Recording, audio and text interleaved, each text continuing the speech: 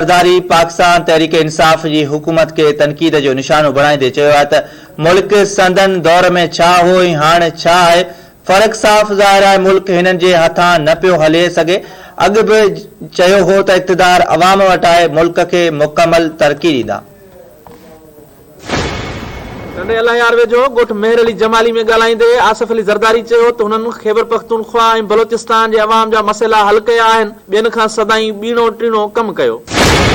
Project peoples party पंहिंजे मंशूर में कूड़ा वाइदा न कया, हेन इंजीनियर्ड चूंडनि में शिकस्त आई, ज़िंदगी में लाह चाड़ा ईंदा रहंदा आहिनि, जिदोजहद जारी रहणी आहे। पीपी जे शरीक चेयरमैन चयो त हिन वक़्तु मुल्क में गुरबत आहे, माण्हुनि जूं हालतूं ख़राब आहिनि। संदसि चवणो त सिंध सॼो मुल्क हलाईंदी आहे, हू सिंध जो मास्टर प्लान ठाहींदा, हू मुल्क खे भरपूर तरक़ी ॾियारींदा।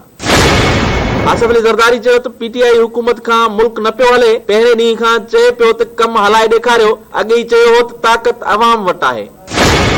अॻूणे सदर ऐं पीपी जे शरीक चेयरमैन चयो त मुल्क संदन दौर में छा हो ऐं हाणे छा आहे। फ़र्क़ साफ़ ज़ाहिर आहे, पीपी दौर में हर शइ जा रेट छा हुआ ऐं हाणे छा आहिनि, इहो ॿुधाइण जी ज़रूरत नाहे।